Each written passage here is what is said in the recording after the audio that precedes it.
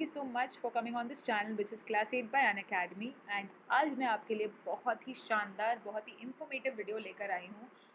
पता है, जब भी मैं अपने क्लासेस में, चाहे वो प्लस हो, स्पेशल हो, यूट्यूब पे हो, मैं एक क्वेश्चन हमेशा बहुत ज़्यादा बच्चों को पूछती हूँ, दैट इज़ बड़े होके क्या बनना चाहते हैं, what is your aim in life. तो आपका भी कोई एम हो तो मुझे कमेंट्स में ज़रूर बताना। मुझे जब बच्चे बताते हैं ना कि वो उन्होंने क्या सोच के रखा है, मुझे सुन के बहुत बहुत अच्छा लगता है। I actually always want to know कि बच्चों के दिमाग में क्या है, कि मतलब वो क्या बनना चाहते हैं, everything. So I would really like to know what is your aim in life. But एक चीज़ जो मैं बताना चाहती थी कि मैक्सिमम बच्चे मुझे कहते हैं कि ma'am I want to become an IAS। Yes, IAS को लेके काफ़ी बच्चों के मन में ड्रीम्स है, विच इज़ वेरी गुड। बहुत सारे बच्चे IIT भी बोलते हैं, बहुत सारे बच्चे बोलते हैं कि मैम UPSC। ठीक है, तो अब मेरे को लगता है कि बहुत सारे बच्चों को ना ड्रीम्स पता है कि भाई IAS बनना है, IPS बनना है, IIT क्रैक करना है। उन्होंने ना कुछ टर्म्स सुन रखे हैं, बट एक्चुअली में उसका कहाँ सही उपयोग है, कहीं कहाँ सही यूसेज है, या फिर वो एम है या वो एक एग्ज़ाम है, उसमें वो डिफ्रेंशिएट नहीं कर पाते हैं। Yes, and UPSC is one something which is that. जैसे कि बच्चों को ये पता है कि हमको IAS बनना है, ठीक है, IAS बनने के लिए क्या करना है ये उनको नहीं पता। ठीक है, और कुछ बच्चे बोलते हैं मैम UPSC करना है, लेकिन UPSC करके क्या होगा वो उनको नहीं पता है। उन्होंने बस सुना है कि UPSC का एग्ज़ाम, बट क्या उसके बाद क्या। यस, तो एग्ज़ाम्स, एम्स अलग होते हैं। जैसे कि IAS is a career, UPSC is an exam that you have to give in order to achieve that career, in order to achieve that title, right? Similarly IIT, जैसे हम IIT की बात कर रहे थे कि कुछ लोग बोलते हैं मैम IIT करना है। अरे IIT करना है मतलब क्या? IIT ना ही एम है, ना ही IIT एक एग्ज़ाम है। IIT is a college. Yes, IIT is Indian institute of technology. Yes, Indian institute of technology है, IIT है, जो काफ़ी ही टॉप क्लास कॉलेज है। अब उसमें एडमिशन चाहिए, ठीक है, तो कुछ लोगों का ड्रीम ये है कि भाई IITian बनना है, IIT में एडमिशन लेना है। तो वो बोलते हैं ma'am aim in life is IIT या IITian। बट एम क्या हुआ? जब आप IIT में जा रहे हो तो या तो आप इंजीनियर बन के निकलोगे, कोई भी टाइप के इंजीनियर बन के निकलोगे, टेक्नोलॉजी बेस्ड। और उसमें जाने के लिए जो एग्ज़ाम होते हैं, जो IITs के एग्ज़ाम्स होते हैं, वो अलग होते हैं। ठीक है, तो you have to know the exams, you have to know कि उस एग्ज़ाम को देने से क्या होगा, उस एग्ज़ाम को देने के लिए क्या करना होगा, और एग्ज़ाम दे के फिर आप क्या बनेंगे, राइट। तो आज हम बात करेंगे UPSC IAS के बारे में। तो UPSC क्या है, IAS कैसे कर सकते हैं, एवरीथिंग रिलेटेड टू दिस। तो एकदम सिंपल भाषा में आज हम समझेंगे कि UPSC क्या है। ठीक है, तो जिन बच्चों को बहुत आइडिया नहीं होता है, वो ना बहुत घबराते हैं। जैसे काफ़ी बच्चों को मैंने देखा है कि कुछ तो अपने क्लास में, स्कूल में या घर पे या बड़े भैया दीदी से सुन के उनको नॉलेज होता है, but there are many students who actually don't know. अभी भी उनको नहीं पता है कि UPSC क्या है, IAS बनना है कि नहीं। अभी भी उनका करियर का कोई डिसीजन नहीं ले पाते क्योंकि उनको आइडिया नहीं है, they have not well researched on this topic. तो इन दैट केस एकदम सिंपल ये टॉपिक आपके लिए मैं लाई हूँ कि व्हाट इज़ UPSC, कैसे देना है, everything about it. Okay, so that you can have that knowledge and later when आप कोई भी और रिसर्च करो या किसी से बात करो, you will not feel like a fool. Okay, so चलो लेट्स बिगिन। सो शुरू करने से पहले अपने बारे में थोड़ा बता देती हूँ। So my name is Diksha Bhuwalka, I am a science educator at Unacademy. Science पढ़ाती हूँ मैं आपको अनअकैडमी पर। इसके अलावा बहुत सारे और भी क्लासेस लेती हूँ, like personality development, English, maths, कुछ भी। तो जो भी मैं पढ़ाती हूँ बच्चों को पसंद ही आता है। And a lot of career counselling also I have done for Unacademy students. अगर आपको मुझसे कोई भी तरीके की काउंसलिंग चाहिए, कुछ भी गाइडेंस चाहिए, तो आप मुझे मैसेज कर सकते हैं टेलीग्राम पर। ठीक है, मैं आपको ID बता दूँ। So I have been a teacher since last 13 years and Unacademy पर 3 साल हो गए। This is my referral code. इस कोड से क्या होता है, अनअकैडमी पर फ्री क्लासेस होते हैं। यस, आप ज़रूरी नहीं है कि पूरा का पूरा Unacademy is a paid app, आप फ्री भी कर सकते हैं उसमें। उससे आपको आइडिया लगता है कि हमारा पेड वर्जन कैसा होता है, तो वो आप अनलॉक कर सकते हैं एब्सोल्युटली फ्री इस कोड से। एंड अभी करेंटली 20% का डिस्काउंट चल रहा है, जो जनरली नहीं आता है इतना। हमारे प्लस और आइकॉनिक वर्जन पे, जो पेड वर्जन है, उस पर भी आप 20% का फ्लैट डिस्काउंट ले सकते हैं मेरा कोड DB13 लगा के। ठीक है, कोई भी कोर्स पे, मतलब it can be from any class, any course, it can be from any subject, anything. तो आप कोई भी एग्ज़ाम की तैयारी हमारे साथ कर सकते हैं ये कोड लगा के। सो अगर अभी तक आपने मुझे फॉलो नहीं किया है तो गलत क्या है, फटाफट फॉलो कर लीजिए मुझे अनअकैडमी पर। We have 7 million watching its, 34,000 followers and 3K dedication. ये इसी के बारे में मैं बात कर रही थी गाइस। अभी 12 अगस्त तक ये ऑफर चल रहा है, तो फटाफट जाकर अनअकैडमी का हमारा प्लस और आइकॉनिक वर्जन ले लीजिए। प्लस में थोड़े फीचर्स अच्छे हैं, आइकॉनिक में थोड़े फीचर्स ज़्यादा है, ठीक है, इसलिए थोड़ा सा प्राइसिंग इसका प्लस से ज़्यादा है, but both plus iconic are very very nice. तो आप डेफिनेटली दोनों में से कोई भी अपने हिसाब से ले सकते हैं। एंड कोड आपको DB13 लगाना है, जिससे आपको ये ऑफ़र का एडवांटेज मिल जाएगा। और जिसको खाली एग्ज़ाम के लिए लेना है कि भाई नेक्स्ट एग्ज़ाम तक ही, तो वो ये वाला भी ऑफ़र ले सकते हैं जो खाली एग्ज़ाम तक का आपको प्रिपरेशन देगा, बट बिलीव मी उसके बाद आप डेफिनेटली रिन्यू कराओगे, तो ये कोड उसका उस पर भी वैलिड रहेगा। ये हमारा टेलीग्राम चैनल है, इसको आप ज़रूर ज्वाइन कर लीजिए ताकि आपको हमारे अपडेट्स मिले। मैं आपको अपना भी पर्सनल टेलीग्राम चैनल दे देती हूँ, सो दैट आपको मेरे कोई भी क्लासेस का अपडेट मिल जाएगा, विच इज़ Diksha_DB1330। एंड आप मुझे मैसेज कर सकते हैं @Diksha मैम ऑन टेलीग्राम। ये मेरा यूज़र ID है, इस पर आप मुझे पर्सनली मैसेज भी कर सकते हैं। तो फटाफट hit the like button guys, subscribe अगर आपने इस चैनल को सब्सक्राइब नहीं किया है, and don't forget to hit the bell icon ताकि आपको इस चैनल के सारे वीडियोस के लिंक्स आते रहें, ठीक है। एंड आप मुझे कहीं भी गूगल कर सकते हैं, I am there on Google as Diksha Bhowal का। आप मुझे गूगल कर सकते हैं, मेरे बारे में सारा इन्फॉर्मेशन ले सकते हैं, and you can connect with me anywhere. चलिए, तो सबसे पहले हम चलेंगे हमारे अनअकैडमी साइट पर। तो गाइस अनअकैडमी के वेबसाइट को अगर आप विज़िट करते हैं ना, तो आप काफ़ी सारे करियर्स, काफ़ी सारे एग्ज़ाम्स का बहुत सारा नॉलेज आपको डेफिनेटली मिलेगा, ठीक है। तो आज मैं आपको अपना हमारे अनअकैडमी का जो UPSC साइट है उसका उसका एक गो थ्रू करेंगे, एंड उस पर काफ़ी सारे इन्फॉर्मेशन जो है वो स्क्रैच से डिस्कस करेंगे, ठीक है। तो सबसे पहले आते हैं, what is the full form of UPSC? Up SC, yes. जिसको भी पता है वीडियो रोक के कमेंट ज़रूर करना कि what is the full form of UPSC।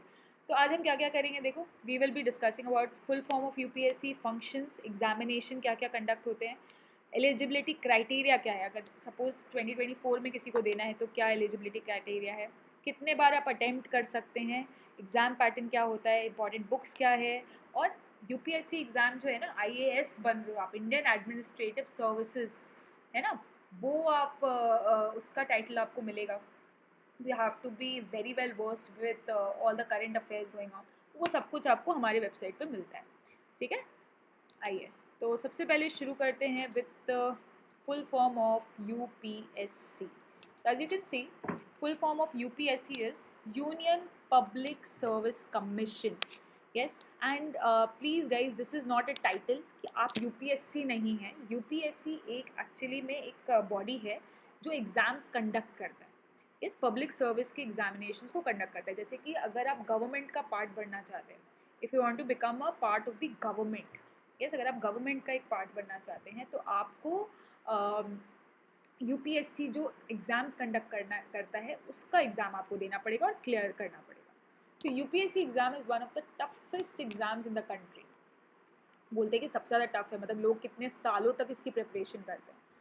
While Union Public Service Com is a prestigious and major exam conducting authority, the Union Public Service Commission conducts various exams to recruit eligible candidates for the Indian government. तो ऐसा नहीं है कि खाली IAS, but IPS, IFS और बहुत सारे और एग्ज़ाम्स का, बहुत सारे और टाइटल्स के लिए एग्ज़ाम्स UPSC ही कंडक्ट करवाता है, yes. It also conducts the CSE exam, that is called the Civil Services Examination, जिसको IAS का examination बोलते हैं. This exam is conducted in 2 phases such as UPSC prelims and mains. तो IAS का जो exam है ना, वो मतलब 2 पार्ट में आपको देना पड़ता है। एक प्रीलिम्स, ठीक है, जिसको फर्स्ट पार्ट बोलते हैं, फिर अगर आपने वो क्लियर कर लिया तो आप मेंस के लिए जाते हैं, और वो क्लियर कर लिया तो फिर आप इंटरव्यू के लिए जाते हैं। Guys, I will definitely recommend कि जो भी बच्चे मतलब IAS बनना चाहते हैं या ऐसी इच्छा रखते हैं, उनको ना बहुत सारे मॉक इंटरव्यूज़ होते हैं। IAS वाले ना बहुत मॉक इंटरव्यूज़ के वीडियोस डालते हैं यूट्यूब पे, वो ज़रूर देखना। आपको पता लगेगा कि मतलब कितना वो प्रिपरेशन करके आते हैं after clearing both the toughest exams. Interview भी कितना टफ होता है। In this paper the preliminary examination will be objective based type, MCQ, mains descriptive होते हैं, ऐसे राइटिंग भी होता है उसमें। और UPSC is also conducting various exam, जैसे मैंने आपको बताया आईएएस यानी कि Indian administrative service, IFS is Indian foreign services, IPS is Indian police services and more. तो next what is UPSC, CSE full form हमने ऑलरेडी देख लिया, union public service commission, and CSE is civil service examinations. Okay, तो basically ये है क्या, थोड़ी सी इसकी हिस्ट्री भी देख लेते हैं। So in the year 1923, under the chairmanship of Lord Lee of Fareham, the Royal Commission on Superior Civil Services was set up, which had equal number of Indian and British members in the year 1924. अब आपको पता है हमारा जो देश है वो British के अंडर था। And 1924 में in the recommendation of the report submitted by the Public Service Commission was set up. तो क्या क्या है, 40% of future recruitment should be British. अच्छा बाबा, तब उन्होंने बोला था कि आगे चल के 40% तो ब्रिटिशर्स को रखना है, 40% इंडियंस को डायरेक्टली रिक्रूट कर सकते हैं, और 20% from provisional services should be promoted. मतलब 20% बाकी और जो प्रोविजनल सर्विसेज में है उनको प्रमोट करके इसमें लाया जाएगा। बट डेफिनेटली ये अभी नहीं है। Finally, in the year 1926, the first Public Service Commission was set up on 1st October under the chairmanship of Sir Ross Barker. It was a limited advisory role body without much power.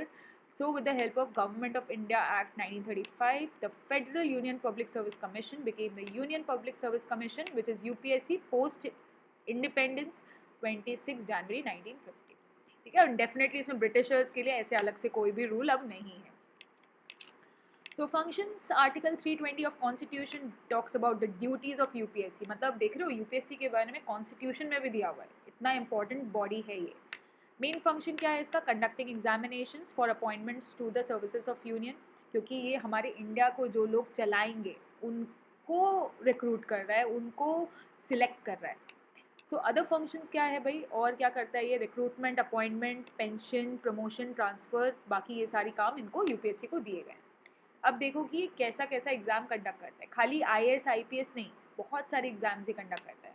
देखो ISS which is Indian statistical service examination, IFS Indian forest service examination भी है, Indian civil services examination तो है ही जिसमें IAS IPS IRS सब आते हैं, combined medical services examination, combined defence services जिसको सीडीएस बोलते हैं, रिक्रूटमेंट टेस्ट होते हैं इसमें, इंडियन इंजीनियरिंग के सर्विसेज के एग्जामिनेशन होते हैं, कंबाइंड जियो साइंटिस्ट जियोलॉजिस्ट एग्ज़ाम, एनडीए के एग्ज़ाम जो आर्मी वाले एग्ज़ाम्स होते हैं, नेशनल डिफेंस अकेडमी वाले, वो होते हैं इसमें, नेवल अकेडमी के एग्जामिनेशंस होते हैं, इंडियन इकोनॉमिक सर्विसेज के होते हैं, सेंट्रल आर्म पुलिस फोर्सेस के होते हैं। ये तो काफ़ी है मतलब, यस। तो बेसिकली ये आई नो अभी स्टूडेंट्स को अभी तो आप एलिजिबिलिटी अभी तो आप नहीं देखोगे, बट एटलीस्ट एलिजिबिलिटी कैसी होती है, कौन कौन एग्ज़ाम दे सकता है वो आपको पता होना चाहिए। तो एज लिमिट होता है 21 से 32 ईयर्स के बीच में, उसके पहले बिल्कुल भी अलाउड नहीं, उसके बाद बिल्कुल भी अलाउड नहीं है। Age relaxation as per the category, मतलब किसमें क्या चलेगा वो नीचे लिखा है। एजुकेशनल क्वालिफिकेशन, ग्रेजुएशन के बाद ही आप ये दे सकते हैं, यानी कि अगर आपने 11-12 कर लिया उसके बाद 3 साल कॉलेज के जो आप करते हैं, चाहे 3 साल आप कॉमर्स में करें, चाहे 4 साल आप इंजीनियरिंग या मेडिकल में करें, कोई भी फील्ड में आपका ग्रेजुएशन यानी कि बैचलर्स डिग्री जो होती है वो आपके पास मिनिमम होनी चाहिए, और इंडियन को ही मिलेगा तो इंडियन होने चाहिए आप, yes. Okay, number of attempts, मतलब ये देखो एक्चुअली क्या है कि एक बार में क्लियर करना मुश्किल है, लोग करते भी है लेकिन बहुत बहुत मुश्किल है ये। तो कुछ लोग क्या है 2-3 बार 4 बार बार बार देते हैं जब तक वो नहीं क्लियर करते। तो जनरल कैटेगरी और ओबीसी जो क्रीमी लेयर में है उनको 7 अटेम्प्ट दिए गए कि आप 7 बार दे सकते हैं। SC/ST शेड्यूल का शेड्यूल क्राइब वो 35 साल तक दे सकते हैं। Non OBC non creamy layer 7 attempt दे सकते हैं, यस। ओके, प्रीलिम्स मैंने बताया फर्स्ट पैटर्न होता है, जो फर्स्ट एग्जाम होता है यूपीएससी का, फर्स्ट एग्जाम इज प्रीलिम्स। उसमें क्या क्या होता है, उसमें 2 पेपर है आप देख सकते हैं, एक जनरल स्टडीज़ और एक जनरल स्टडीज़ 2, ठीक है, दोनों ही ऑब्जेक्टिव टाइप है। दोनों में फर्स्ट में 100 क्वेश्चन है, सेकंड में 80 है, मार्क्स 200-200 है, दोनों में 2-2 घंटे मिलते हैं। Score will be considered for cut off qualifying nature, candidates have to score 33% to qualify CSAT, ये CSAT का एग्जाम बोलते हैं इसको। उसके बाद अगर आपने दोनों क्लियर कर लिया तब आप जाएंगे यूपीएससी मेंस में। मेंस में देखो काफ़ी सारे पेपर है, देख रहे हो 7 पेपर, तो वो बहुत सारे कम लोग, मतलब बहुत कम लोग ही इसको क्लियर कर पाते हैं। तो देखो पेपर ए बी 1 2 3 4 5 6 7, अच्छा 7 पेपर छोड़ के एक ए और बी भी है। कंपलसरी इंडियन लैंग्वेज 3 घंटे 300 मार्क्स, इंग्लिश 3 घंटे 300 मार्क्स, एसए 3 घंटे 250 मार्क्स, जनरल स्टडीज़ में 1 2 3 4 और 2 ऑप्शनल पेपर्स हैं जो 250 मार्क्स ईच है। और ये सारे के सारे देखो डिस्क्रिप्टिव है, यानी कि एमसीक्यू नहीं है, आपको लिखना पड़ेगा, मतलब बहुत नॉलेज और बहुत पेशेंस की ज़रूरत है। Important books, Indian polity, important judgments, important acts. अगर आप इसका एक स्क्रीनशॉट लेना चाहते हैं तो वीडियो को पॉज करके एक स्क्रीनशॉट ले सकते हैं। You can take a screenshot of this, I hope it's visible. मैं एक बार साइड हट जाती हूँ, इसका एक स्क्रीनशॉट ले सकते हैं। You can help your cousins and anyone with it, जो भी um, देना चाहता है यूपीएससी का एग्ज़ाम।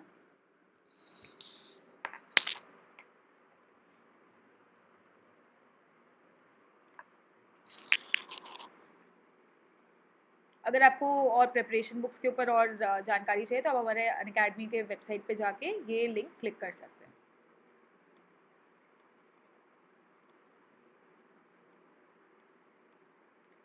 सो गाइज आपको इस पर काफ़ी कुछ मिलेगा, आप देख सकते हैं IAS, CBI, IPS, NCC, NSA, BPL, DSP, सबका आपको डिटेल मिल जाएगा इसमें। You will be getting every detail, current affairs के magazines, everything you will be getting. Yes, headquarters देखो इसका ढोलपुर हाउस में है, Shahjahan road, New Delhi. Main function तो मैंने आपको ऑलरेडी बता दिया है। यूपीएससी एग्ज़ाम क्या है वो भी बता दिया है। Right, cool. सो गाइज आप हमारे अनअकैडमी के वेबसाइट्स पे और भी काफ़ी एग्जाम्स के डिटेल्स चेक कर सकते हैं। एंड भूलना मत, अनअकैडमी पे जो भी करो DB 13 कोड लगाना मत भूलना।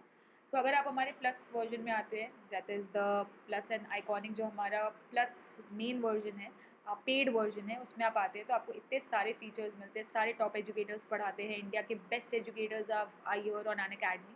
Practice test series, live test series, RAH feature जहाँ पर हम आप क्लास में हमसे बात कर सकते हैं एंड बात कर सकते हैं एज इन कॉल पे।